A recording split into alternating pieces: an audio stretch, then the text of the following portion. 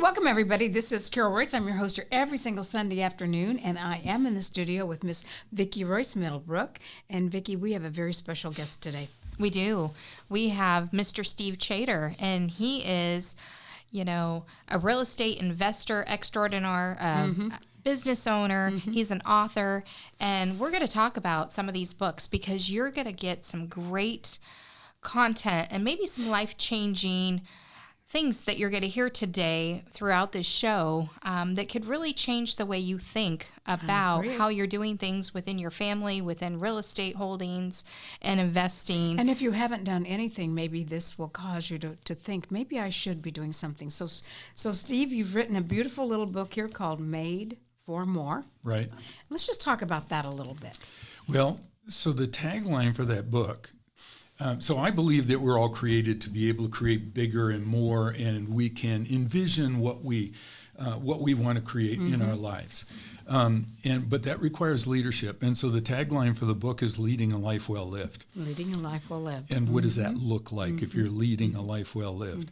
So, I was teaching a class, and I was challenged to to go deeper with the class that I was teaching, because the class was about how to be successful in the real estate business. And so the people that were in the class were going, okay, we know what to do there. Can you make this conversation bigger? And so I was challenged with that, and I was thinking about and I ran across a quote from Eleanor Roosevelt. And Eleanor Roosevelt said, great minds talk about ideas. Average minds talk about events, and small minds talk about people. Wow. So what would be the ideas that great minds, and here I'm talking to people that are in a class, they're doing it, and they're succeeding because they're doing what was taught. So there's 4 ideas. Can I share those with you? You can share them. Okay.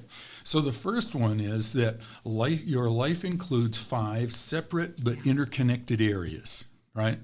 Okay, and we call them circles. I got that from Brian Buffini. And I like the circle because a circle doesn't have a beginning, doesn't have an end, but it can be expanded or contracted depending on how you lead.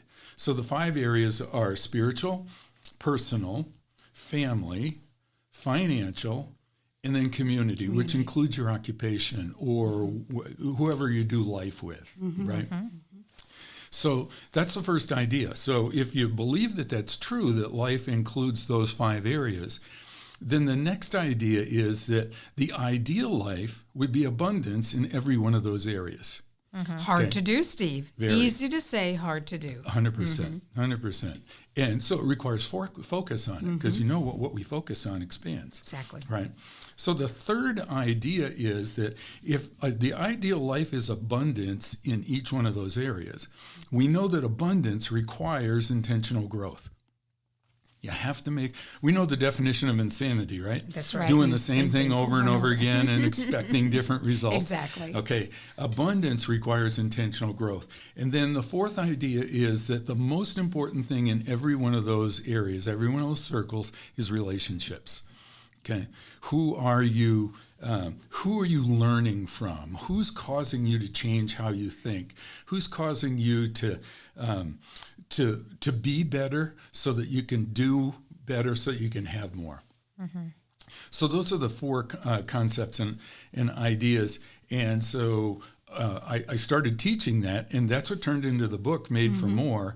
And the concept really is about, who do you need to be? What's your vision for leadership? What's your vision for what does abundance look like? Because if you don't have a vision, and if it's not compelling, you might set a goal. But you're not going to hit it. Right, 100%. And you'll get distracted. By the way, every time you set a big vision or set a big goal, there will be people and things that try to get in the way. And if it's not compelling for you, you'll stop. Yes, so true. I think, Steve, that in talking with a lot of people, they don't pick up all 5 of these circles. No. They might pick up spiritual if they're a spiritual person. They might pick up personal and maybe family, but they don't include community sometimes, or or financial is bigger. They'll try to spend more time on the financial and forget spiritual and family and But that community. was me, Carol. I know. I thought That's that, me for years. I Yes. thought that Yes. my role was to make more money Exactly. to provide for my family, and that I could ignore all of the other parts of my life. I see it every day. yeah. Yes. Yeah, But they 100%. you need to have all, and you need to have abundance in all, is what I gathered from the book. And not easy to do. It's not, and I don't see. So to me, abundance requires a couple of things. So let me go back a second, because you don't have to necessarily be a spiritual person or a religious person when we talk about spiritual. Because when you think about it, a thought is a spiritual transaction. You can't see it, touch it, feel it. Yeah. You can't, right? But it's there and it's real. So, so who's teaching you to think differently? So we talk all the time about real estate investing, and there's a whole bunch of people that don't do it because they don't think they can, or they don't think they should, or whatever it is they're thinking. So spiritual intentional growth could just be who's teaching you, who's the relationship you have. And this is what you do every week, is you help people all across our valley come up to understand what the real estate market is and how to benefit from that market. So just changing your thinking is spiritual growth. Amen to that. And, you know, on the personal and the family and the community, and again, community is something that I wouldn't have put in that circle. It was interesting to me how community is really important. Yes, it is. Well, so your community, if you have a job, your community might be the people you work with. If you don't have a job, but you're part of a civic organization or you're part of a church organization, but the thing is that, what do they say? Nobody succeeds alone? Nobody succeeds alone. That's absolutely right. So Steve, what got you into real estate investing? I know the book is great, and I'm going to say, is there a way that our listeners can get a copy of this? Actually, it's on Amazon. Okay. Just got published. Cool. Recently, and right now, let's see. So right now, I was. You can buy it on Barnes and Noble, Amazon, very good. any place you want. Yeah. It's called Made for More, and there's lots of things that say Made for More. So the key is Made for More, leading a life well lived. Or Leading use my a life last well. name, Chater. Yeah. Amazon can find it. Yeah, it's inexpensive, and I've gotten so much positive encouragement on how it's impacted people's lives already, so including from you, so thank you. Absolutely. I'm looking at Carol's copy, and she's got it just highlighted all throughout. And, you know, it's definitely going to make an impact in people's lives because we forget about these things. We just feel like we're kind of on this hamster wheel sometimes, and it's a grind out there. So I would suggest that if that's the case, you could be better and more efficient as a leader of your life by paying attention to just those 5 areas. It doesn't have to be hundreds. And especially especially Steve, in this, where we are in the United States of America today, there's so much chaos going on and so many different voices. You know, if we just stop and reflect a minute and see that really we're all God's creation, we're all human, we're all Americans. Right. And if we could just focus a little bit on this and leaving a legacy and building a legacy for our families, we'd be so much better off. Just take some of these angry voices away, and let's just listen to something that's calming and something that's beneficial to ourselves and our families. Yeah. Well, I appreciate you saying that about the book. Yeah. So thank you very much. Well, it's very true, right, Vickie?